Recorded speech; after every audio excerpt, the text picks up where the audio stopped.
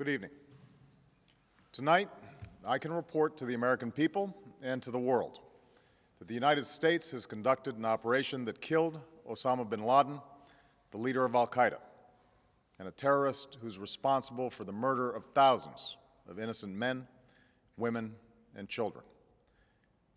It was nearly 10 years ago that a bright September day was darkened by the worst attack on the American people in our history.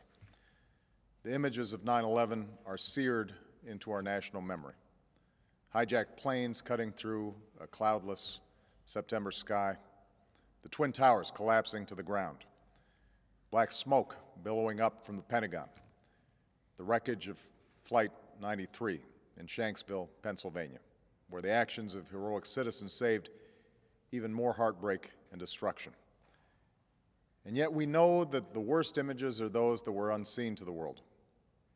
The empty seat at the dinner table, children who were forced to grow up without their mother or their father, parents who would never know the feeling of their child's embrace, nearly 3,000 citizens taken from us, leaving a gaping hole in our hearts. On September 11th, 2001, in our time of grief, the American people came together. We offered our neighbors a hand, and we offered the wounded our blood. We reaffirmed our ties to each other and our love of community and country. On that day, no matter where we came from, what God we prayed to, or what race or ethnicity we were united as one American family. We were also united in our resolve to protect our nation and to bring those who committed this vicious attack to justice. We quickly learned that the 9/11 attacks were carried out by Al-Qaeda, an organization headed by Osama bin Laden, which had openly declared war on the United States and was committed to killing innocents in our country and around the globe. And so we went to war against Al-Qaeda to protect our citizens, our friends, and our allies. Over the last 10 years, thanks to the tireless and heroic work of our military and our counterterrorism professionals, we've made great strides in that effort. We've disrupted terrorist attacks and strengthened our homeland defense. In Afghanistan, we removed the Taliban government, which had given bin Laden and Al-Qaeda safe haven and support. And around the globe, we worked with our friends and allies to capture or kill scores of Al-Qaeda terrorists, including several who were a part of the 9/11 plot. Yet Osama bin Laden avoided capture and escaped across the Afghan border into Pakistan. Meanwhile, Al-Qaeda continued to operate from along that border and operate through its affiliates across the world. And so shortly after taking office, I directed Leon Panetta, the director of the CIA, to make the killing or capture of bin Laden the top priority of our war against Al-Qaeda, even as we continued our broader efforts to disrupt, dismantle, and defeat his network. Then, last August, after years of painstaking work by our intelligence community, I was briefed on a possible lead to bin Laden. It was far from certain, and it took many months to run this thread to ground. I met repeatedly with my national security team as we developed more information about the possibility that we had located bin Laden hiding within a compound deep inside Pakistan. And finally, last week, I determined that we had enough intelligence to take action and authorized an operation to get Osama bin Laden and bring him to justice. Today, at my direction, the United States launched a targeted operation against that compound in Abbottabad, Pakistan. A small team of Americans carried out the operation with extraordinary courage and capability. No Americans were harmed. They took care to avoid civilian casualties. After a firefight, they killed Osama bin Laden and took custody of his body. For over 2 decades, bin Laden has been Al-Qaeda's leader and symbol, and has continued to plot attacks against our country and our friends and allies. The death of bin Laden marks the most significant achievement to date in our nation's effort to defeat Al-Qaeda. Yet his death does not mark the end of our effort. There's no doubt that Al-Qaeda will continue to pursue attacks against us. We must, and we will, remain vigilant at home and abroad. As we do, we must also reaffirm that the United States is not and never will be at war with Islam. I've made clear, just as President Bush did shortly after 9/11, that our war is not against Islam. Bin Laden was not a Muslim leader. He was a mass murderer of Muslims. Indeed, Al-Qaeda has slaughtered scores of Muslims in many countries, including our own. So his demise should be welcomed by all who believe in peace and human dignity.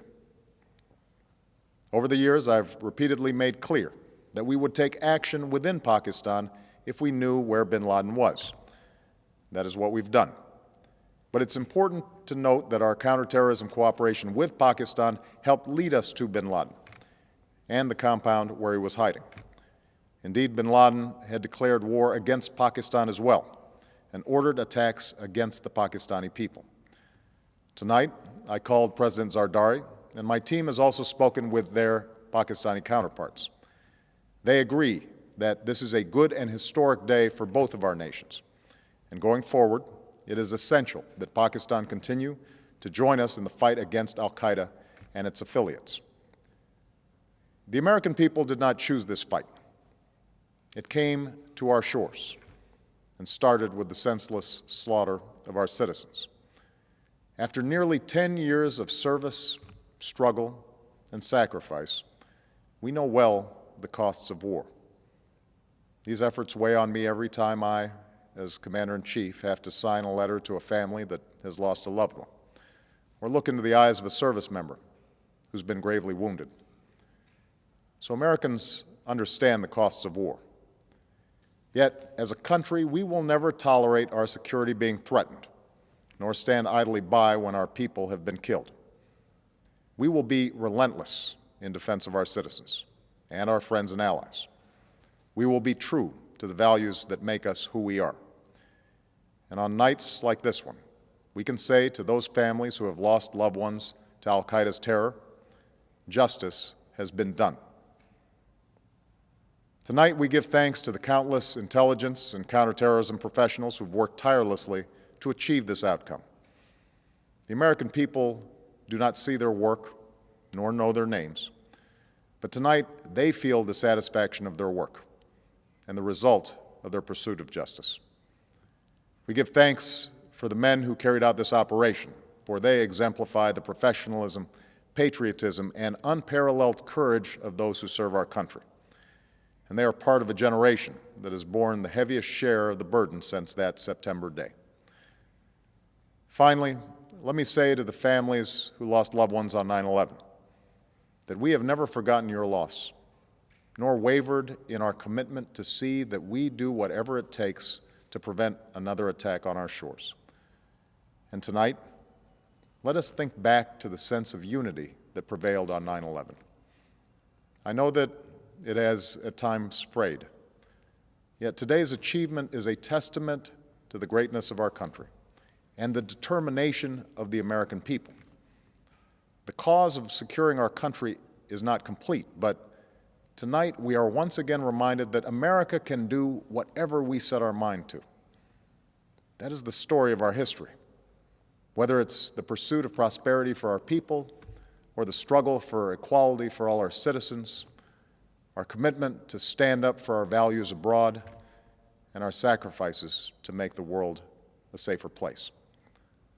Let us remember that we can do these things not just because of wealth or power, but because of who we are.